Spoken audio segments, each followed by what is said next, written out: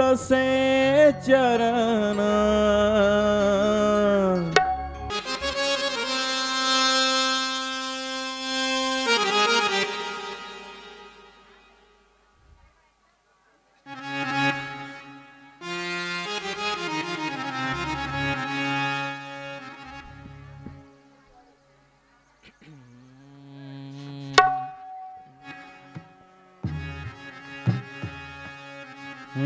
पहिला पहिला पहिला पहिला पहिला पहिला पहिला पहिला पहिला नंदाचा नंदन पहिला पहिला नंदाचा नंदन पहिला पहिला नंदाचा नंदन पाहिला पाहिला नंदाचा नंदन पाहिला पाहिला नंदाचा नंदन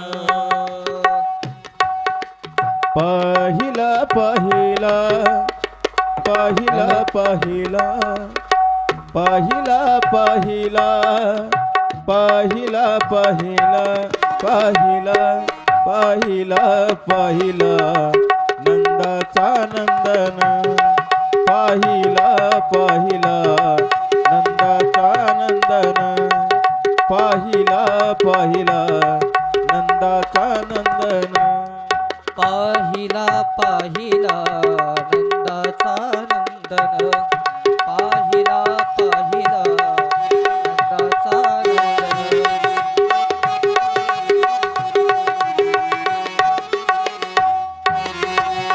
तेने वेदियेले मन तेने वेदियेले मन तेने वेदियेले मन तेने वेदियेले मन पाहिला पाहिला पाहिला पाहिला पाहिला पाहिला पाहिला पाहिला पाहिला पाहिला पाहिला नंदाचा नंदन पाहिला पाहिला नंदाचा नंदन पाहिला पाहिला नंदाचा नंदन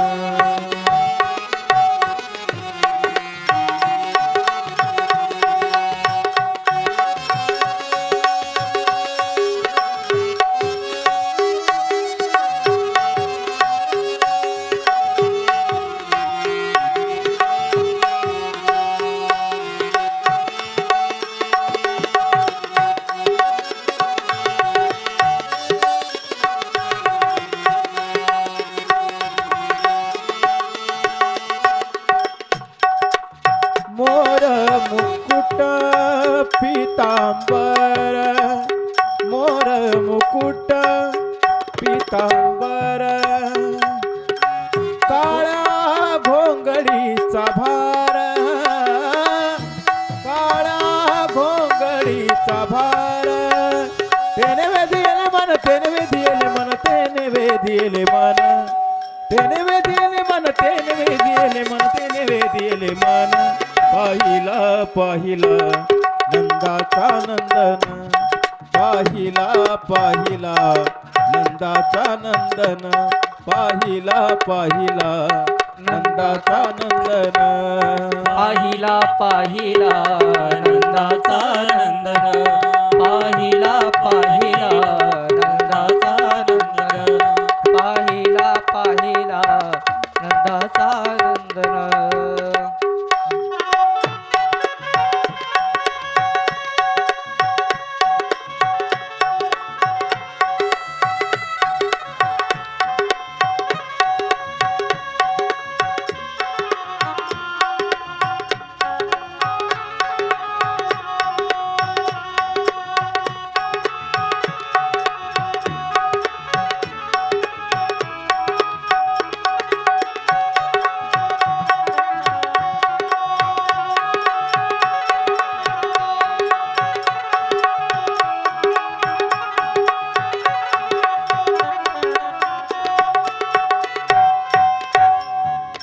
गोधने चारी आनंद नाचत गोधन चारी आनंद नाचत करी काला दही भात करी काला दही भात तेने वेदिले मन तेने वेदिले मन तेने वेदिले मन तेने वेदिले मन तेने वेदिले मन तेने वेदिले मन पाहिला पाहिला नंदाचा नंदन पाहिला पाहिला नंदाचा नंदन पाहिला पाहिला नंदाचा नंदन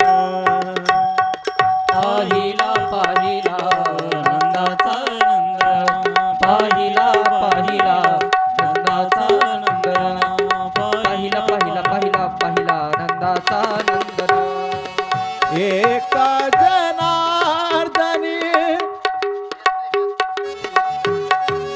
एका जनार्दनी लढीवाळ बाळताना जनार्दनी लढीवाळ बाळताना जनार्दने लढीवाळ बाळताना एका जनार्दने लढीवाळ बाळताना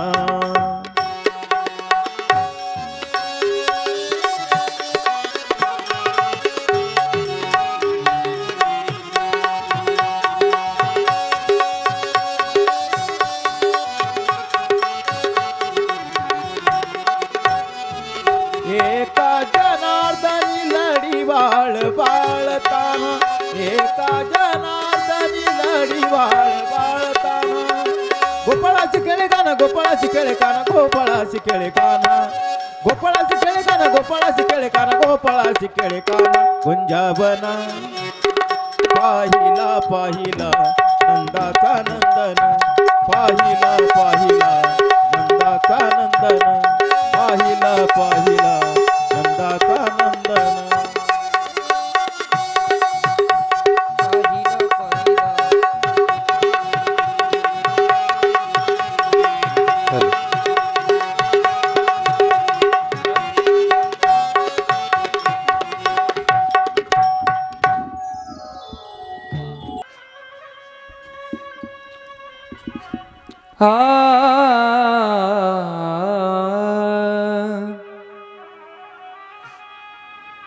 स्वस्ति श्री गणेशाय नमः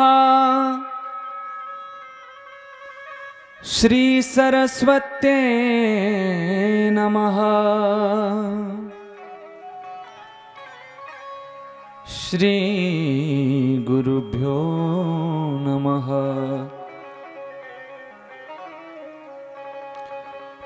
कर्पूरगौरं करुणावतारं संसारसारं भुजगेन्द्रहारं सदा वसन्तं हृदयारविन्दे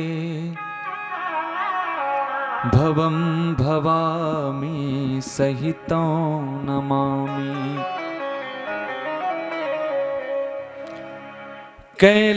कैलासराणा शिवचन्द्रमौळी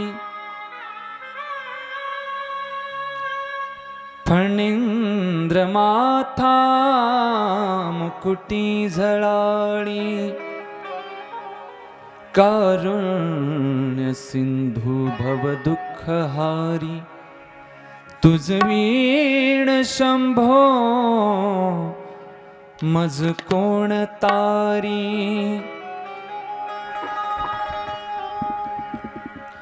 जटा विभूती उटी चंदनाची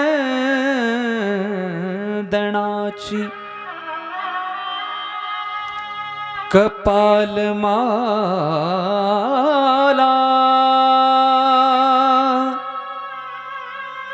प्रीत गौतमीची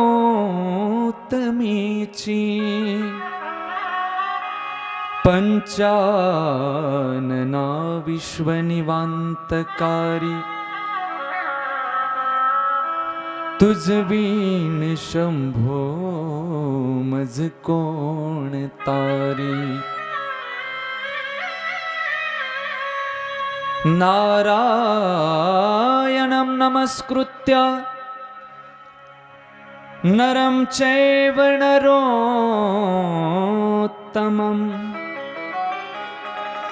देवीं सरस्वतीं व्यासं ततो जयमुदीरयेत्।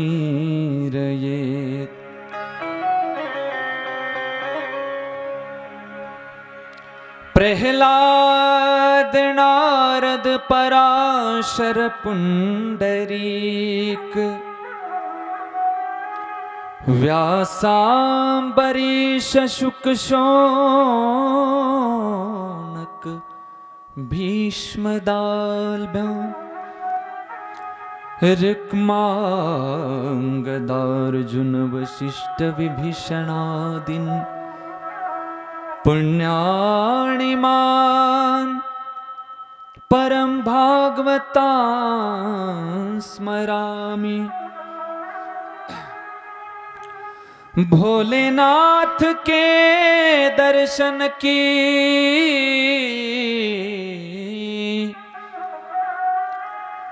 मन में लगी है प्यास। कृपा करो सद्गुरुदेव मैं आप ही को दास। भोलेनाथ के दरबार में दुख दर्द मिटाए जाते हैं। दुनिया के ठुकराए लोग यहाँ सीने से लगाए जाते हैं, सीने से लगाए जाते हैं। भोलेनाथ भगवान की जय। शिव महापुराण की जय। संगमेश्वर भगवान की जय।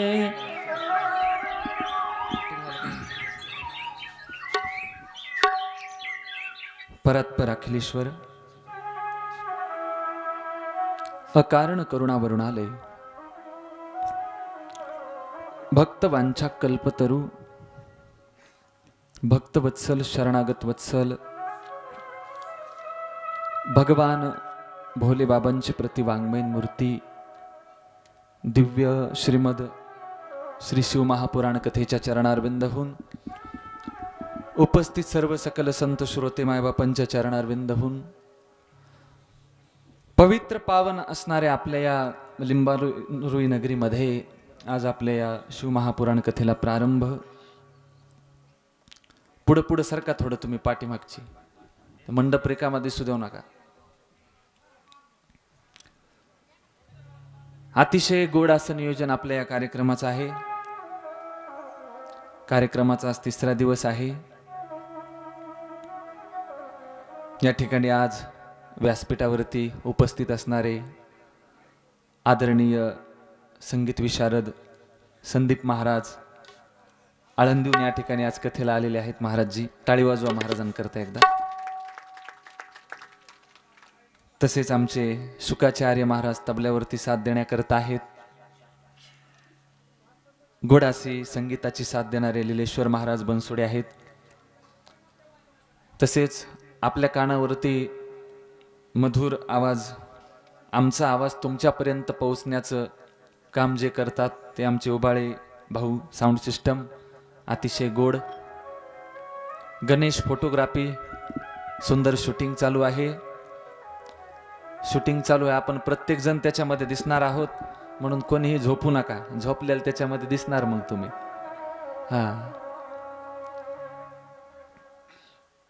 सर्वांगाचे कान करून कथा ऐका।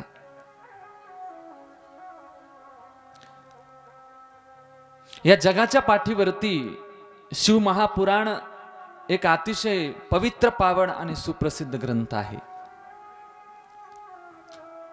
भगवान भोले बाबांना जे काही प्रिय आहे, ज्या काही प्रिय वस्तू आहेत, बिल्वपत्र असेल, पाण्याची धार असेल, अशा ज्या काही भगवान भोले बाबांच्या प्रिय वस्तू आहेत, त्या प्रिय वस्तूंच्या यादीमध्ये हा ग्रंथ आहे. भगवान शंकरांना अतिशय प्रिय असणारे हे शिवमहापुराण आहे. ऐका, जे काय भोले बाबांचे भक्त आहेत ते या ग्रंथाला शिवतीर्थ म्हणतात. शिवतीर्थ. 7 संहिता, 11 खंड, 462 अध्याय, 24,000 श्लोक असा मिळून या ग्रंथाची निर्मिती झालेली आहे. नैमिषारण्याच्या पवित्र पावन भूमीमध्ये भगवान सूत महाराजांच्या मुखारविंदामधून हा ग्रंथ शौनकादिक ऋषी ऐकत आहेत.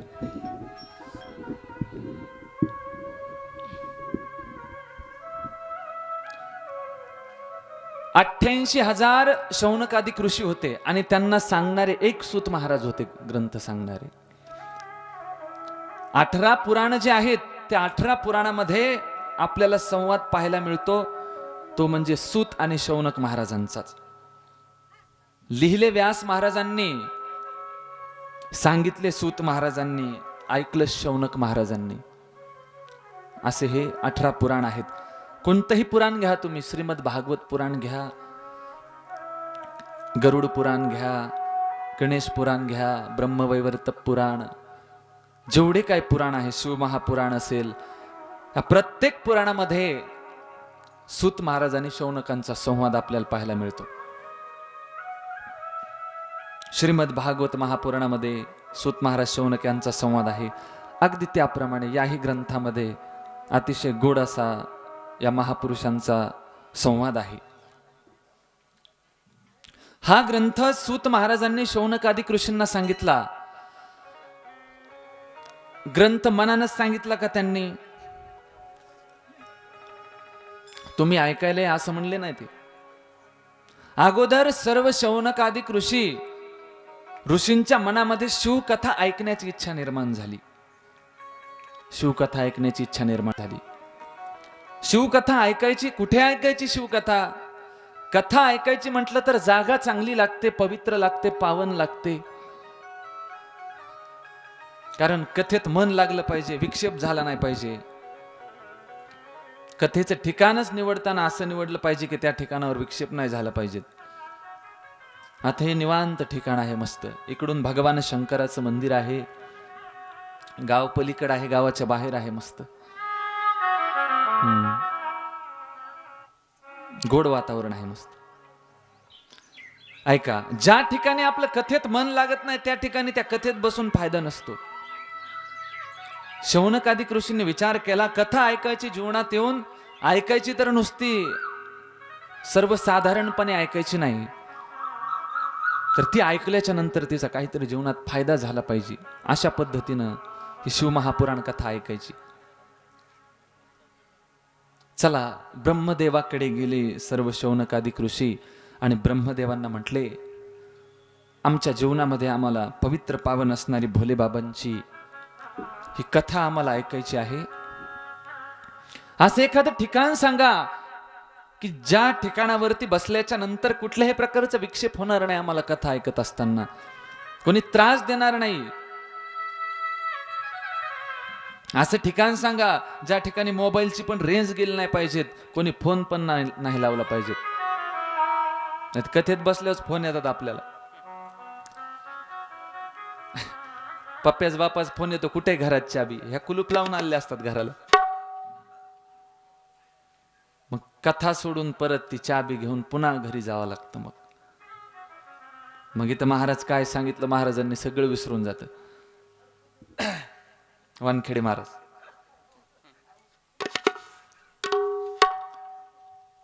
असे एखादं ठिकाण सांगा ब्रह्मदेवा की ज्या ठिकाणी बसल्याच्या नंतर कथेत आम्हाला विक्षेप होणार नाही, कथा ऐकण्यात आमचं मन लागेल. ठीक आहे म्हटले ब्रह्मदेव.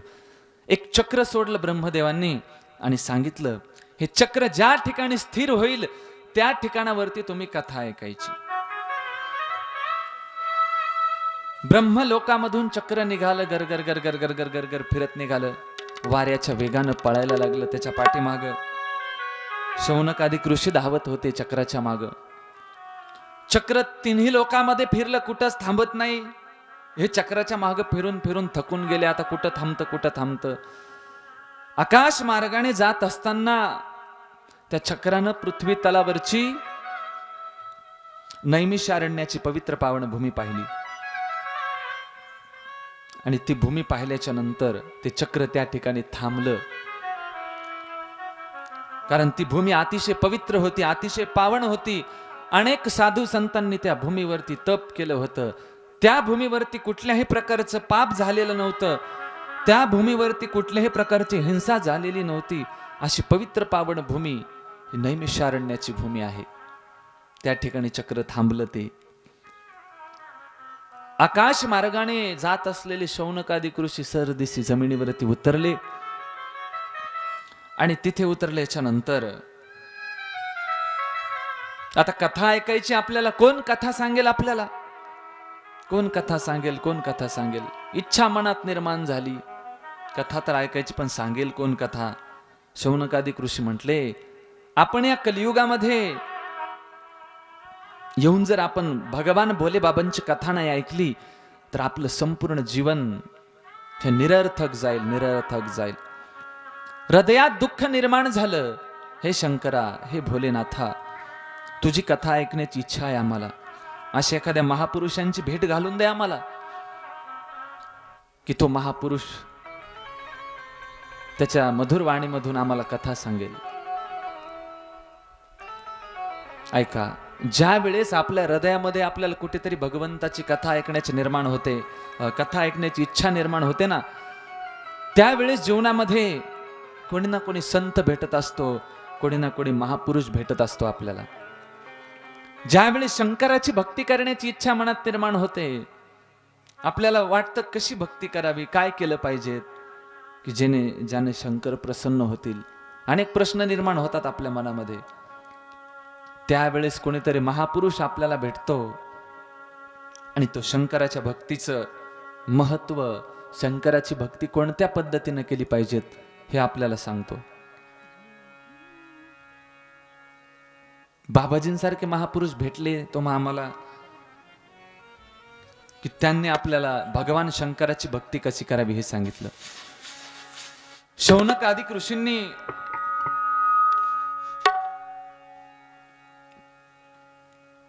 कथा ऐकण्याची व्यवस्था केली. एक सुंदर आसन होतं, एक फार मोठा वृक्ष होता. त्या वृक्षाची एक मुळी तयार झालेली होती. सूत महाराज त्या ठिकाणी उपस्थित झाले आणि सूत महाराजांना त्या उच्च आसनावरती बसवलं आणि सांगितलं, हे गुरुदेव, आम्हाला पवित्र पावन असणारी भगवान भोले बाबांची कथा सांगा. या नैमिषारण्याच्या पवित्र पावन भूमीमध्ये आज आमचं मन स्थिर झालेलं आहे, आम्हाला कथा ऐकायची आहे. ठीक आहे. सूत महाराज कथा सांगत होते, अतिशय गोड कथा सांगत होते.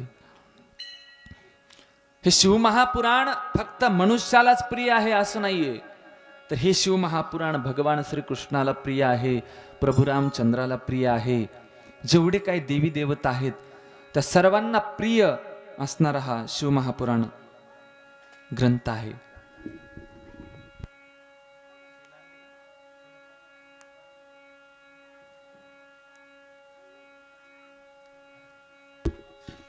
शौनकांनी अनेक प्रश्न विचारायला सुरुवात केली. शौनकादिक ऋषी म्हटले, हे सूत महाप्राज्ञ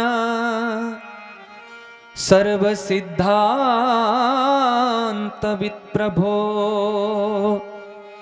आख्याहि मे कथा सारम पुराणानां विशेषतः. हे महाज्ञानी, हे सूत, तुम्ही संपूर्ण पुराणाचे जाणकार आहात, म्हणून एक काम करा, आम्हाला पवित्र पावन असणारी शंकराची कथा सांगा. ज्यावेळेस सूत महाराजांना शंकराची कथा सांगा असं म्हटले शौनकादिक ऋषी, त्यावेळेस आनंद झाला त्यांना. साधूला जर आपण विचारलं देव कसा भेटेल, कै मी उद्धार पावेन, कै कृपा करिल नारायण, ऐसे तुम्ही सांगा संत जन, करा समाधान चित्त माझे. देव कसा भेटेल, संत कसं भेटेल, साधूला जर हे विचारलं ना, साधू त्याचं उत्तर देतात. पण भानगड अशी आहे, आपण ज्या वेळेस साधू आपल्याला भेटतात, ज्या वेळेस संत आपल्याला भेटतात, त्यावेळेस आपण त्यांना देव कसा भेटेल हे आपण त्यांना कधी विचारत नाहीत. काय विचारतो आपण, महाराज यावर्षी पाऊस काळ खूपच कमी हो, पाऊस पडेल का नाही? महाराज पोरीचं लग्न जमेल का नाही आमच्या? पोराचं लग्न जमेल का नाही आमच्या? गाडी घ्यायची, गाडी होईल का नाही? बंगला बांधायचा आहे, बंगला होईल का नाही आमचा?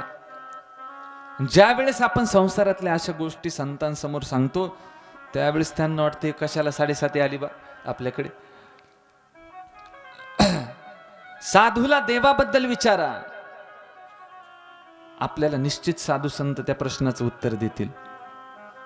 प्राप्तीसी उपाय, जय हो. हरि प्राप्तीसी उपाय, उपाय हरि प्राप्तीसी उपाय, उपाय हरि प्राप्तीसी उपाय, हरि प्राप्तीसी उपाय, हरि प्राप्तीसी उपाय, उपाय हरि प्राप्तीसी उपाय, उपाय हरि प्राप्तीसी उपाय. धरावे संताचे ते पाय, जय हो. धरावे संताचे ते पाय, तिने साधती साधने, साधने तिने साधती साधने, सने ओ धरावे संता चेते पाय, धरावे संता चेते पाय, तेने साधती साधने, साधने तेने साधती साधने, साधने साधने तेने साधती साधने. हरिप्राप्तीसी उपाय, धरावे संताचे ते पाय. गोड प्रमाण दिलं महाराजांनी. देवाची भेट जर आपल्याला घ्यायची असेल, देवाची प्राप्ती जर करून घ्यायची असेल, तर डायरेक्ट देवापर्यंत जाण्यापेक्षा अगोदर साधूकडे गेलं पाहिजे. साधूकडे गेल्याच्या नंतर देव लवकर भेटत असतो. प्रश्न विचारला, आम्हाला कथा ऐकायची, तुम्ही आम्हाला कथा सांगा. शौनकादिक ऋषींनी, सूत महाराज म्हटले, खरंच आपण धन्य आहात. धन्यस्त्वं मुनी शार्दूल श्रवण प्रीतिलाल सहा, अतो विचार्य सुधिया वच्मी शास्त्रम महोत्तमम. आपण फार मोठे भगवत भक्त आहात शौनकादिक ऋषी, की तुम्ही मला शिवमहापुराण कथेबद्दलचा गोड प्रश्न विचारला आहे. तुम्हाला कथा ऐकायची ना? कथा सांगतो मी. सर्वांगाचे कान करून ऐका. व्यासजी महाराज मोठ्या आदराने या पुराणामध्ये सांगतात की जो व्यक्ती या शिवमहापुराणाचे श्रवण करतो, त्या व्यक्तीच्या चरण धुळीला साधू संत तीर्थ समजून आपल्या मस्तकाला लावतात. जो व्यक्ती शिवपुराण कथा श्रवण करतो तो साधारण नाही.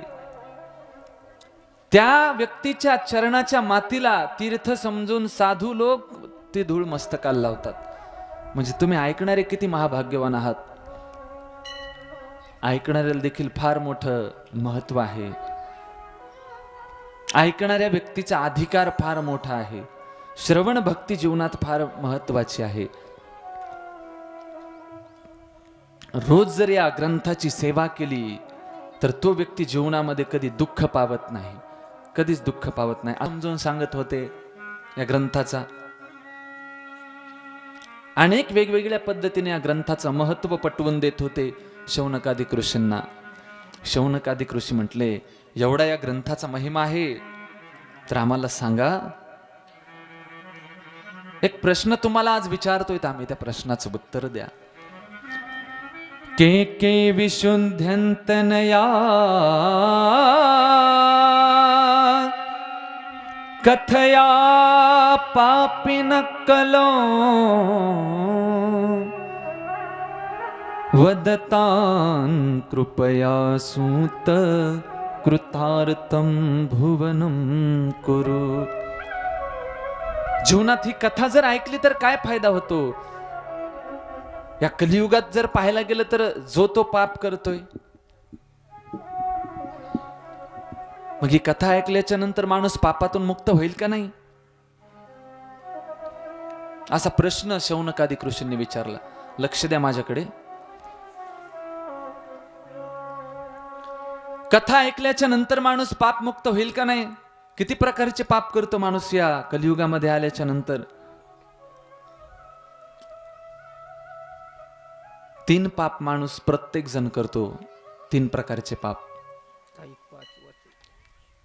कायिक पाप, वाचिक पाप आणि मानसिक पाप. कायेन वाचा मनसापि पातकम. 3 प्रकारचे पाप प्रत्येकाकडून होत असतात. समजते ना तुम्हाला? का झोप यायली? लक्षपूर्वक आहे का? चहा सांगायचं का एकदा?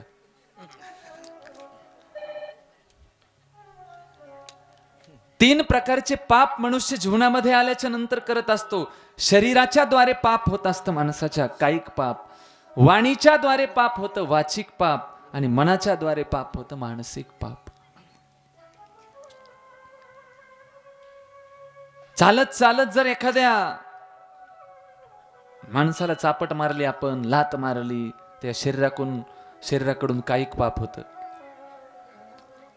ऐका, आपल्याकडून अनेक प्रकारचे पाप होतात, आपल्याला कळत पण नाही. आपण इथपर्यंत चालत आलोत कथेच्या मंडपापर्यंत. घरापासून इथपर्यंत येत असताना आपल्या पायाखाली अनेक किडे, अनेक मुंग्या रगडल्या गेल्या असतील. शरीराकडून हे जे पाप झालं आपल्या, याला कायिक पाप म्हणायचं. वाणीच्या द्वारे पाप होता आपल्या. आपण एखाद्याला शिवीगाळ केली, टाकून बोललो, वाणीच्या द्वारे हे पाप होतं, वाचिक पाप. म्हणून जीवनामध्ये आल्याच्या नंतर बोलत असताना विचार केला पाहिजे. कारण शब्द हे असं एक शस्त्र आहे, शब्द असा एक बाण आहे. त्या बाणानं झालेला घाव कधीच भरून निघत नाही. शस्त्रानं झालेला घाव भरून निघू शकतो, बंदुकीच्या गोळीनं झालेला घाव भरून निघू शकतो, पण वाणीरूपी वज्रानं जर घाव झाला तर तो घाव कधी भरून निघू शकत नाही. एखाद्यानं चापट मारू दे आपल्याला, आपण 4-6 महिन्यानं विसरून जातो चापट मारलेली. पण आपल्या हृदयाला लागतील अशा शब्दात जर एखादा व्यक्ती आपल्याला बोलला तर आपण ते विसरत नाहीत कधीच. ते आपल्या हृदयामध्येच राहतं.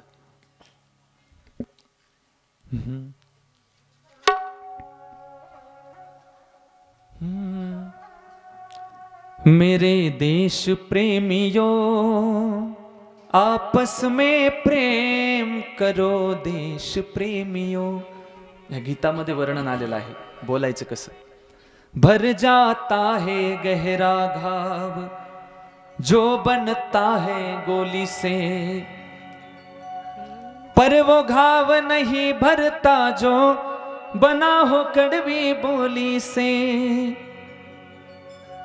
मेरे देश प्रेमियों, आपस में प्रेम करो देश प्रेमियों. गोळीनं जर घाव झाला बंदुकीच्या तर भरून निघतो, पण शब्दानं जर एखाद्याला आपण टोचून बोललो तर तो कधीच घाव भरून निघत नाही. म्हणून कसं बोललं पाहिजे? मधुर बोललं पाहिजे. मधुर वाणी ओठी, मधुरावाणी ओठी, जय हो. मधुरावाणी ओठी, मधुरा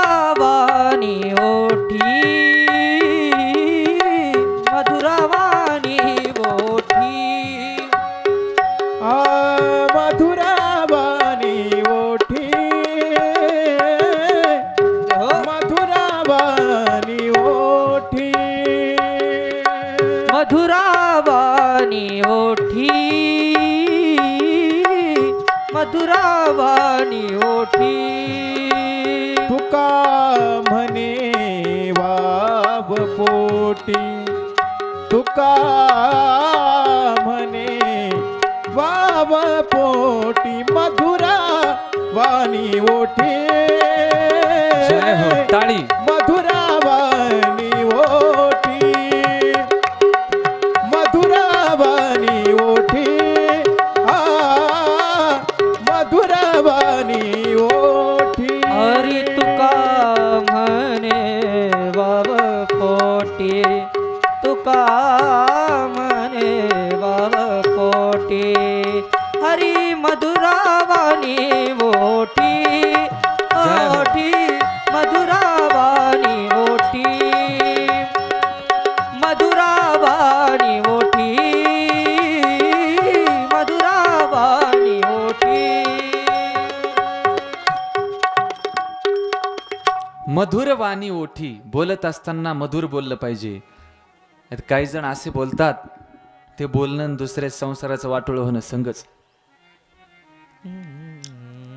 काही माणसं असे बोलतात त्यांनी तोंडातून शब्द टाकणं आणि जमलेली सोयरीक मोडणं संगच.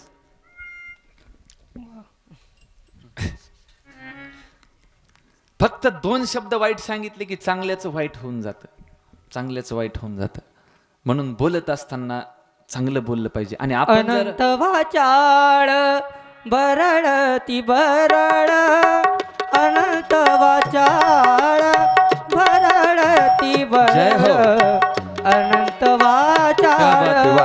बरळती बरळ अनंत वाचाळ बरळती बरळ अनंत वाचाळ बरळती बरळ अनंत वाचाळ बरळती बरळ अनंत वाचाळ बरळती बरळ अनंत वाचाळ बरळती बरळ त्या कैसा गोपाळ पावे हरी त्या कैसा गोपाळ पावे हरी हरी मुखे मना हरी मुखे मना हरी मुखे मना हरी मुखे मना हरी मुखे मना हरी मुखे मना हरी मुखे मना हरी मुखे मना हरी मुखे म्हणा हरी मुखे म्हणा हरी मुखे म्हणा हरी मुखे म्हणा हरी मुखे म्हणा हरी मुखे म्हणा हरी मुखे म्हणा हरी मुखे म्हणा मनात दुसऱ्याबद्दल वाईट विचार करणारा तो शिवकथेच्या श्रवणाने मुक्त होतो. अनंत वाचाळ बरळती बरळ त्या कैसा गोपाळ पावे हरी. आपण जर निरर्थक बडबड केली देव भेटत नाही बरं आपल्याला. म्हणून कामाचं तेवढं बोललं पाहिजे. काही लोकांना लय सवय असते. थोडं जरी असलं तर ईदभर असलं तर हातभर करून सांगतात ते.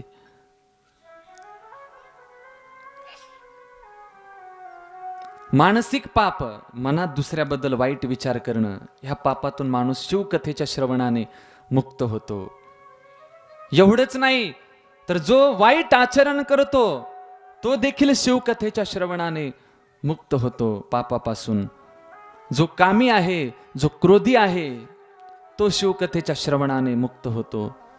जो लालची आहे लालच बुरी बला आहे असं म्हणतात.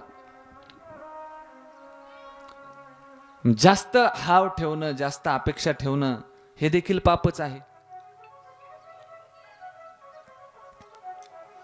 तो व्यक्ती देखील पापातून मुक्त होतो. जो व्यक्ती खोटं बोलतो तो देखील खोटं बोलण्याच्या पापातून मुक्त होतो शिवकथा ऐकल्याच्या नंतर.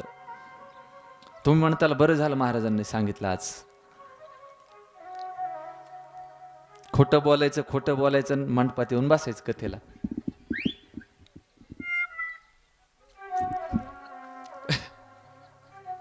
पण एकदा दोनदा ठीक आहे, 1-2 वेळेस माफ करेल आपल्याला ग्रंथ.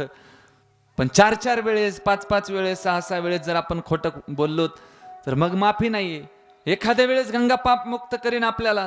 चला बापा एकदा गेलोत गंगेत स्नान केलं गंगा मैया आतापर्यंत झालेले पाप आमचे सगळे घेऊन टाक. ती म्हणते काय हरकत नाही बाळा, तुला फ्रेश करून टाकते.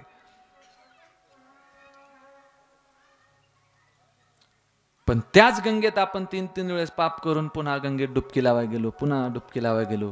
ते म्हणेल निघा आता तू, आता बस झाला. आता खोटं बोलणारा व्यक्ती पापातून मुक्त होतो. अतिशय गोड वर्णन आलेलं आहे. कोणकोणते मनुष्य पाप मुक्त होता शिवकथेच्या श्रवणाने ऐका. जो आई वडिलांचा द्वेष करतो तो देखील शिवकथेच्या माध्यमातून पापमुक्त होतो. बरेच महाशय असे आहेत आई वडिलांचा द्वेष करतात, त्यांचं अख्ख्या गावासोबत जमतं पण घरी मायबापासोबत जमत नाही. आई बापांचा द्वेष करतात, माईला म्हातारी म्हणतो, बापाला म्हातारं म्हणतो. हे पाप करणारेच आहेत. आईला म्हातारी म्हणणं म्हणजे पापच आहे. बापाला वेड्या वाकड्या शब्दामध्ये बोलणं म्हणजे पापच आहे. विचार करा, आपल्याला जर लहान बाळाला जर कोणी वाईट शब्दात बोललं, वेड्या वाकड्या शब्दात बोललं, आईला सहन होतं का? सहन होत नाही. बाळाला जर कोणी मारलं, कोणी जर शिवी दिली, कोणी जर वाकड्या तिकड्या शब्दामध्ये बोललं तर आईला सहन होत नाही. पण त्याच आईला आपण एकेरी भाषेमध्ये बोलतो, वाईट शब्दात बोलतो. हे पाप आहे. शिवमहापुराण सांगते हे फार मोठं पाप आहे.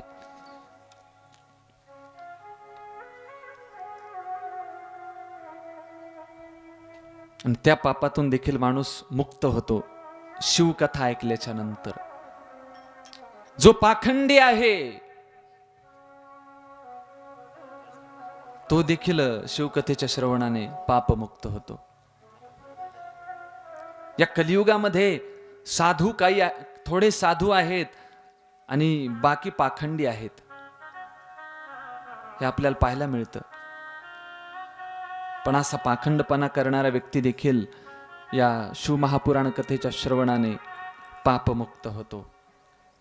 जो हिंसा करतो, पशुपक्ष्यांना मारतो, तो देखील शिवकथेच्या श्रवणाने पापमुक्त होतो. जो दुसऱ्यांची ईर्ष्या करतो तो शिवकथेच्या श्रवणाने पापमुक्त होतो. जो कपटी स्वभावाचा आहे तो देखील शिवकथेच्या श्रवणाने पापमुक्त होतो. जो क्रूर स्वभावाचा आहे, काहींचा स्वभाव फार रागीट असतो, रागाच्या आवेशात माणूस काय करेल काय सांगता येत नाही. रागाच्या आवेशात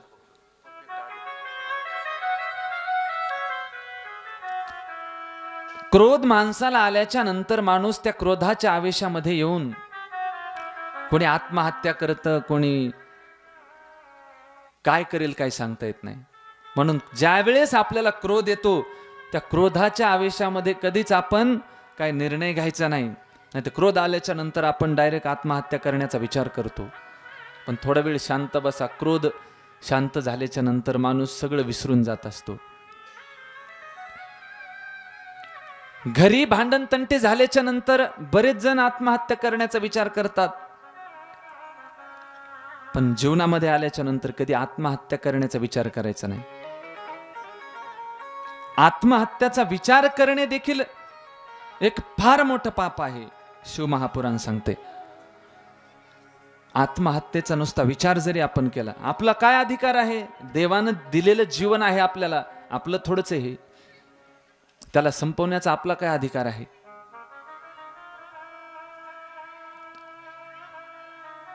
घरादाराला जर आपण कंटाळलो असेल, परिवाराला जर आपण कंटाळलो असेल तर कधी आत्महत्या करण्याचा विचार नाही करायचा मनामध्ये.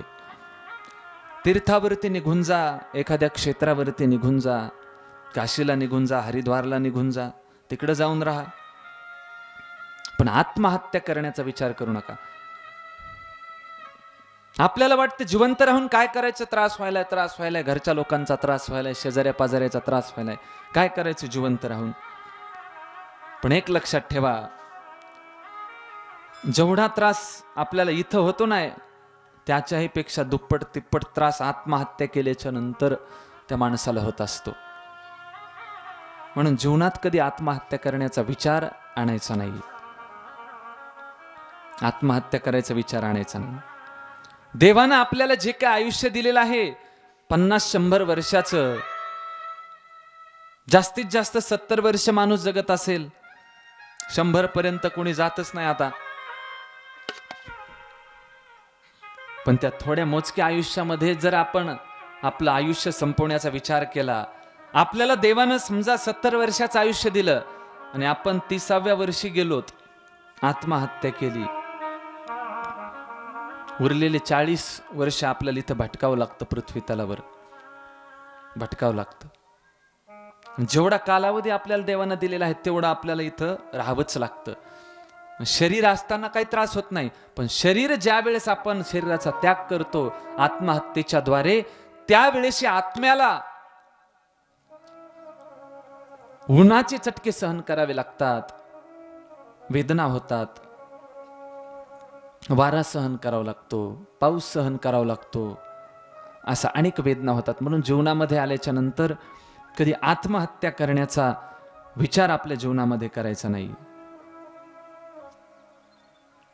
मग काय करायचं? जे जीवन आहे आपलं छोटं, भगवंतानं आपल्याला दिलेलं, त्या छोट्या जीवनामध्ये आनंदाने राहायचं. थोडा वेळ भगवंताच्या भक्तीमध्ये द्यायचा, थोडा वेळ घर परिवाराला द्या, थोडा वेळ शेतीला द्या, कोणी नोकरी करत असेल त्या नोकरीला वेळ द्या. आपल्या 24 तास जे आहेत भगवंतानं दिलेले आपल्याला 24 तास, त्या 24 तासापैकी 23 तास आपण आपलं घरकाम करा, शेती करा, व्यवसाय करा, उद्योग करा, नोकरी करा, पण कमीत कमी उरलेला 1 तास तरी माझ्या भगवंता करता द्या. 1 तास मनोभावे जर 1 तास आपण भगवंताचं चिंतन केलं, मनोभावे 1 तास जर भगवंताचं चिंतन केलं, भगवान संगमेश्वराच्या साक्षीने सांगतो आपल्या जीवनात कधीच काही संकट येणार नाही. पण ते नामस्मरण आपण ज्या पद्धतीनं तुकोबारायांनी केलं, ज्या पद्धतीनं ज्ञानोबारायांनी केलं, त्या पद्धतीनं आपण नामस्मरण केलं पाहिजे. जायचं तर आहेच प्रत्येकाला, राहण्याकरता कोणी आलं का इथं? प्रत्येकाला जायचं आहे. आया है सो जाएगा,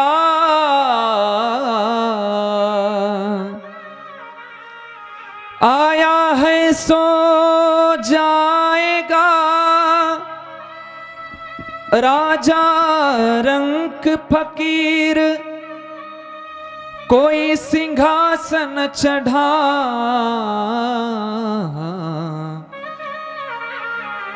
कोई बंधा जंजीर, जिंदगी एक किराए का घर है, एक ना एक दिन बदलना पड़ेगा, मौत जब तुझको आवाज देगी, घर से बाहर निकलना पड़ेगा, चढ़ता सूरज धीरे धीरे ढलता ही ढल जाएगा, आज जवानी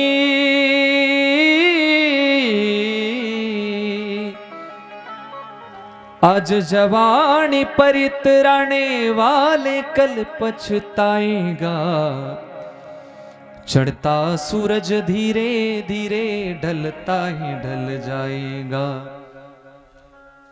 ढल जाएगा, ढल जाएगा, ढल जाएगा, ढल जाएगा, चढ़ता सूरज धीरे धीरे ढलता ही ढल जाएगा, चढ़ता सूरज धीरे धीरे ढलता ही ढल जाएगा, चढ़ता सूरज धीरे धीरे ढलता है ढल जाएगा, चढ़ता सूरज धीरे धीरे ढलता है ढल जाएगा, आज जवानी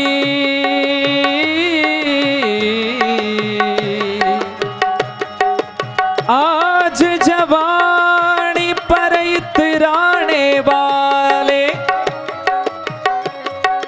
कल पछताएगा,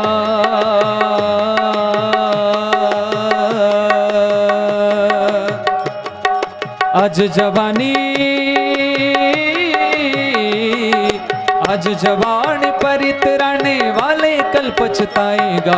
चढ़ता सूरज धीरे धीरे ढलता ही ढल जाएगा, धीरे ढलता ही ढल जाएगा, ढल जाएगा, ढल जाएगा, ढल जाएगा, ढल जाएगा। जय हो।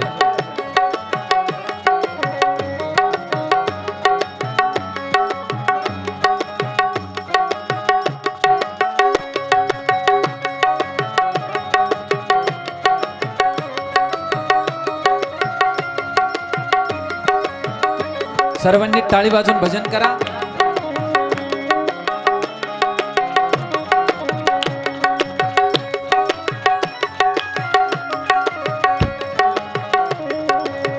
तू यहाँ मुसाफिर है, ये सराय पानी है, 4 रोज की महिमा तेरी जिंदगानी है।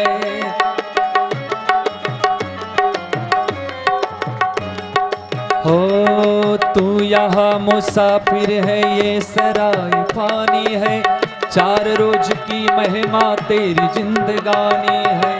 जर जमी जर जेवर कुछ ना साथ जाएगा, खाली हाथ आया तू खाली हाथ जाएगा। आज जवानी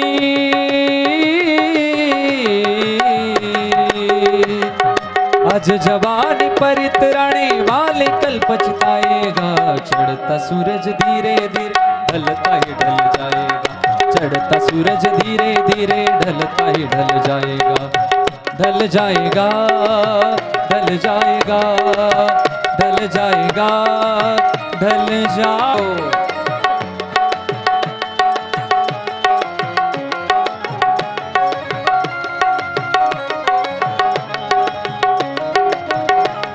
क्या बात है, वाह।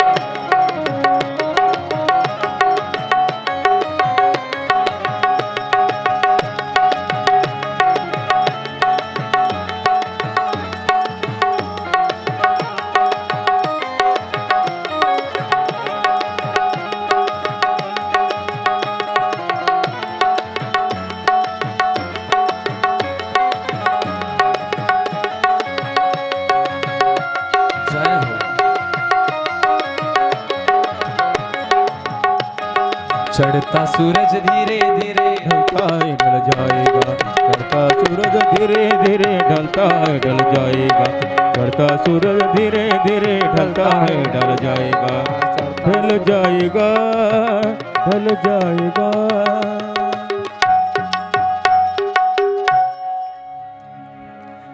ज्या वेळेस मनुष्याचा जन्म होतो ना, त्यावेळेस या देहरूपी सूर्याचा उदय झाला असं समजायचं। 50-60 वर्ष ओलांडल्याच्या नंतर हा देह जातो कुठं?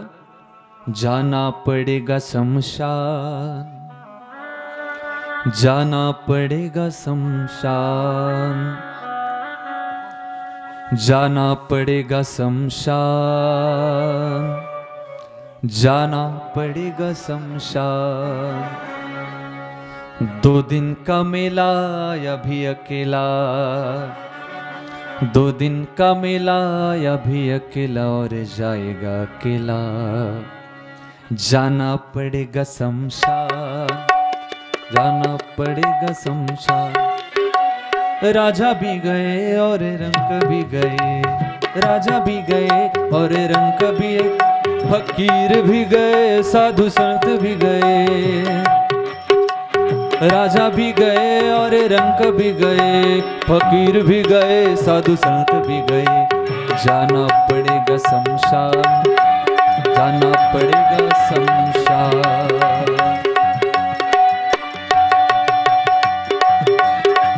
वाह, कुठे जावं लागणार आहे आपल्याला? स्मशानभूमीमध्ये। प्रत्येकाला किती मोठं घर बांधा तुम्ही, 4 नाही 100 मजली बिल्डिंग बांधा, त्याच्यामध्ये आपल्याला राहता येणार नाही। क्या भरोसा है इस जिंदगी का, क्या भरोसा है इस जिंदगी का, क्या भरोसा है इस जिंदगी का, क्या भरोसा है इस जिंदगी का, क्या भरोसा है जय हो। जिंदगी का। आवाज। वाह वाह क्या जय हो। भरोसा है इस जिंदगी का, क्या भरोसा है इस जिंदगी का, क्या भरोसा है इस जिंदगी का। साथ देती नहीं, साथ देती नहीं, जय हो। साथ देती नहीं, साथ देती नहीं, साथ देती नहीं है किसी का। क्या भरोसा है इस जिंदगी का, क्या भरोसा है इस जिंदगी का, क्या भरोसा है इस जिंदगी का। क्या भरोसा है इस जिंदगी का, क्या भरोसा है इस जिंदगी का, क्या भरोसा है इस जिंदगी का। सांस रुक जय जाएगी हो। चलते चलते, ताड़ी। क्षमा बुझ जाएगी जलते जलते, सांस रुक जाएगी चलते चलते, क्षमा बुझ जाएगी चलते चलते, दम निकल जाएगा रोशनी का। क्या भरोसा इस जिंदगी का, जय क्या हो। भरोसा है इस जिंदगी का, क्या भरोसा है इस जिंदगी का। क्या भरोसा है इस जिंदगी का, क्या भरोसा है इस जिंदगी का, क्या भरोसा है इस जिंदगी का। मनुष्याचं काही खरं नाही, जाणार तर प्रत्येक जण आहे. क्या भरोसा आहे इस जिंदगी का. पण ऐका, जाणार आहे म्हणून आपण हे शरीर संपवायच्या भानगडीत पडायचं नाही. जाणारच आहे, एक दिवस आपोआप संपणार आहे. हे शरीर संपवण्याचा विचार करणं म्हणजे एक फार मोठं पाप आहे. भगवान व्यासजी महाराज सांगतात, हे शरीर संपवण्याचा विचार जो व्यक्ती मनामध्ये आणतो तो पापी आहे.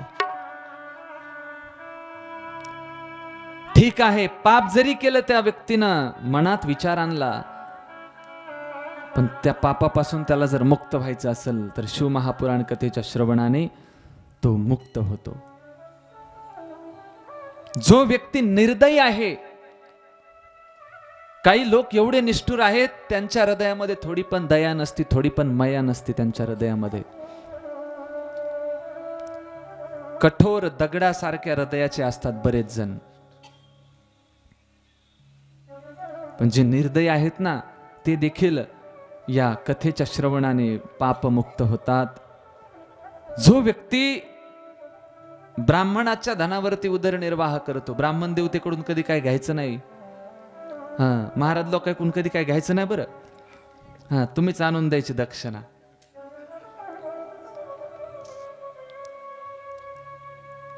कथेला येत असताना रिकामे यायचं नाही कधी. काय 4-5 ठिकाणं आहेत की त्या ठिकाणी गेल्याच्या नंतर कधी रिकाम्या हाताने जायचं नाही आपण. कधी देवाच्या मंदिरात चाललात, रिकाम्या हाताने जायचं नाही. तुमच्या मुलीच्या घरी चाललात, मुलीला भेटायला रिकाम्या हाताने जायचं नाही. गुरुला भेटायला चाललात, रिकाम्या हाताने जायचं नाही. कधी मित्राला भेटायला चाललात, रिकाम्या हाताने जायचं नाही. कधी सत्संगामध्ये येऊन बसलात, कथेमध्ये येऊन बसलात, रिकाम्या हाताने यायचं नाही. याच्यामध्ये सांगितलेले बरं, मनात सांगत नाही मी.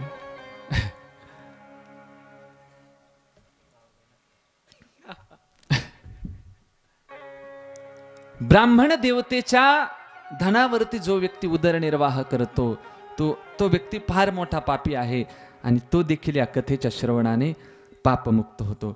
अशी ही पवित्र पावन कथा आहे. शौनक ऋषी म्हटले, आम्हाला कळालं महात्म्य फार मोठं आहे या कथेचं. अनेक पाप केल्याच्या नंतर माणूस मुक्त होतो, पण एखाद्या पापी व्यक्तीचा असं फार मोठा पापी आहे आणि जो या कथेच्या श्रवणानं पापमुक्त झाला, असं एखाद्या पाप्याचं आम्हाला उदाहरण देऊन सांगा. एखाद्या पापी असं आम्हाला एखादी अशी कथा सांगा की त्या कथेच्या श्रवणाने फार मोठा पापी पापमुक्त झाला. तर या शिवमहापुराण ग्रंथामध्ये एका देवराज ब्राह्मणाची कोड कथा आलेली आहे. त्या व्यक्तीनं एवढं पाप केलं पण तो शिवकथेच्या श्रवणाने शेवटी पापमुक्त झाला. अशी ही शिवमहापुराण कथा आहे. गोड देवराज ब्राह्मणाची कथा आहे. ती कथा ऐकण्यापूर्वी सर्वांनी एकदा जागेवरती उभं राहून संकीर्तन करायचं. सर्वांनी जागेवरती उभं राहून पावली घ्यायची आणि संकीर्तन करायचं. तुम आना भोले बाबा मेरे मकान में, तेरा डमरू डम डम बाजे सारे जहान में, तेरा डमरू डम डम बाजे डम डम बाजे सारे जहान में, तेरा डम डम डमरू बाजे सारे जय हो. जहां से. जागेवरती पावली तेरा घ्या डम डम डमरू बाजे सारे जहां से. तुम आना भोले बाबा.